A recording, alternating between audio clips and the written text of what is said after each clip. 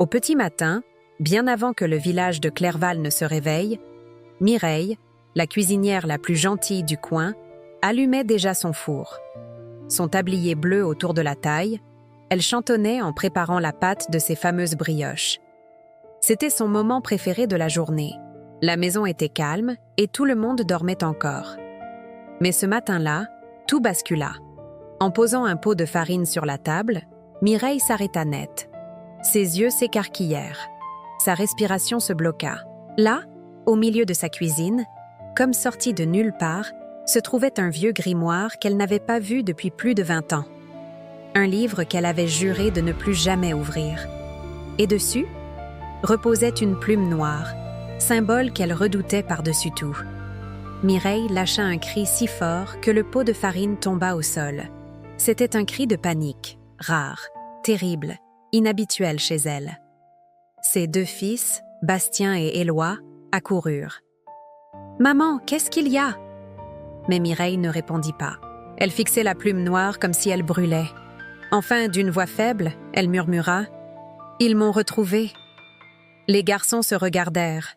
Mireille, d'ordinaire souriante et courageuse, tremblait comme une feuille. Alors Bastien posa doucement sa main sur la sienne. « Dis-nous, maman, de quoi as-tu peur ?» Elle s'assit, les mains encore couvertes de farine. Ce fut là qu'elle décida de tout raconter.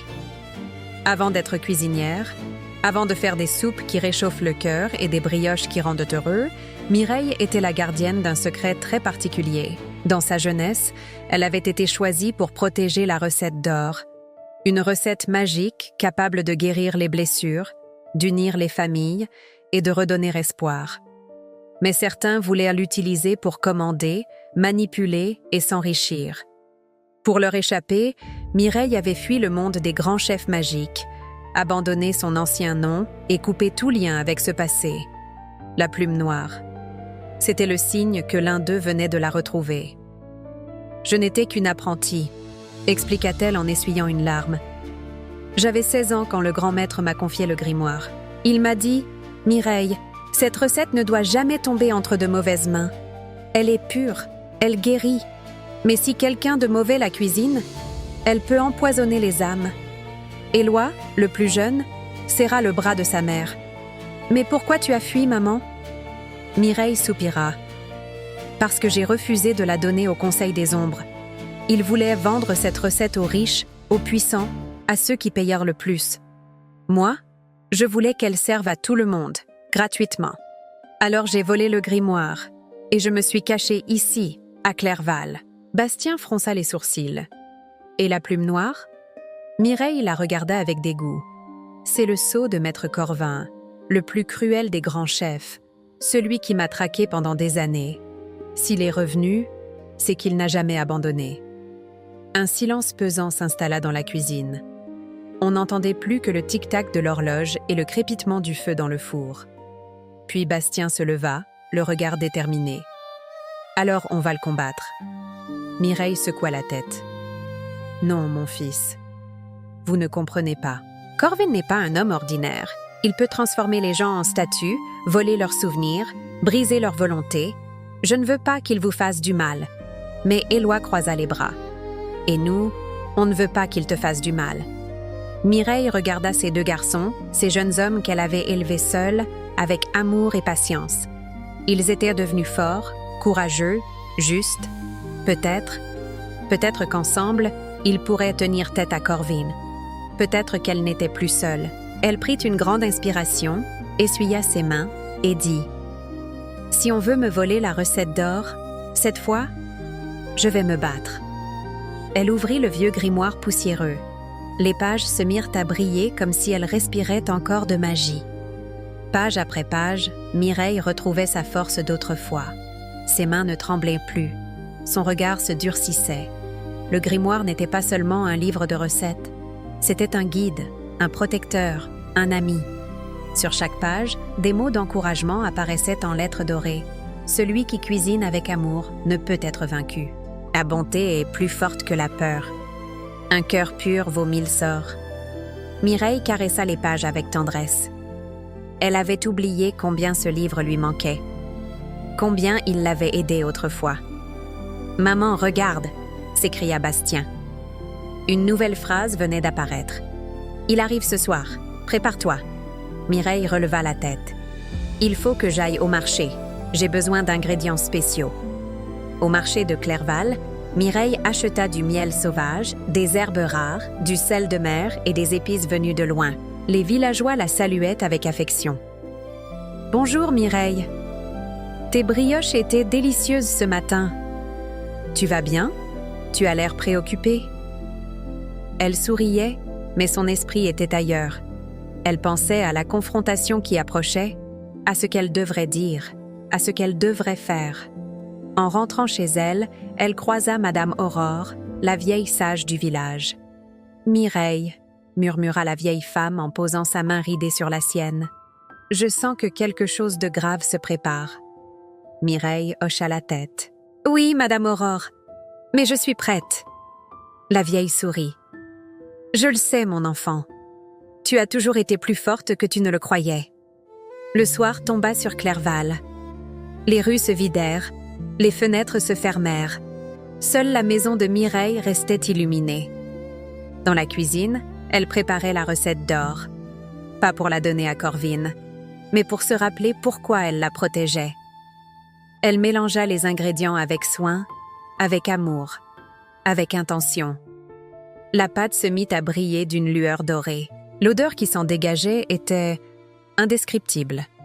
C'était l'odeur du bonheur, de la paix, de l'espoir. Bastien et Éloi, debout près de leur mère, sentèrent leur courage grandir. « Maintenant, on attend », dit Mireille en s'essuyant les mains. Il n'attendit pas longtemps. À minuit pile, la porte s'ouvrit toute seule. Un homme entra. Grand, vêtu d'une longue cape noire, le visage dissimulé sous une capuche. Seuls ses yeux brillaient dans l'obscurité, froids comme la glace. « Mireille ?» Sa voix était grave, menaçante, pleine de mépris. « Cela fait 20 ans que je te cherche. » Mireille se leva, fière et solide, avec le grimoire dans une main et une cuillère en bois dans l'autre. « Maître Corvin, je savais que tu reviendrais. » Il retira sa capuche. Son visage était marqué par les années, mais son regard restait cruel. « Tu as quelque chose qui m'appartient. »« Non, » répondit Mireille calmement. « La recette d'or n'appartient à personne. Elle ne doit servir qu'à faire du bien, jamais à dominer. » Corvine ricana. « Toujours aussi naïve. Tu crois vraiment que le bien suffit dans ce monde? »« Oui, » dit Mireille, « parce que j'ai vu ce que ton pouvoir fait aux gens. Il les rend vides, malheureux, seuls. » Corvine serra les poings. « Donne-moi ce grimoire. Maintenant. » « Jamais. » Le ton de Mireille était ferme. Ses fils se placèrent à ses côtés. « Vous entendez ça? Elle refuse. Après tout ce que j'ai fait pour elle. Je l'ai formée. Je l'ai nourrie.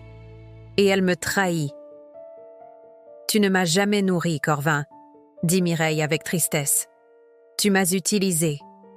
Comme tu as utilisé tous tes apprentis. » Corvine leva la main.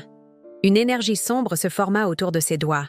« Si tu ne me donnes pas le grimoire, je vais le prendre de force. » Mireille ne bougea pas. « Essaie. » Il lança un sort. Une vague noire fusa vers elle. Mais Mireille ouvrit le grimoire. Une lumière dorée jaillit des pages et repoussa l'attaque. Corvine recula, surpris. « Comment... »« Tu as oublié, Corvin. Ce grimoire ne répond qu'à ceux qui cuisinent avec amour. Toi, tu cuisines avec haine.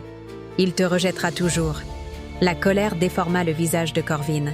Il lança sort après sort. Mais chaque fois, le grimoire protégeait Mireille. Elle ne combattait pas. Elle ne contre-attaquait pas. Elle se contentait de rester debout, calme, confiante.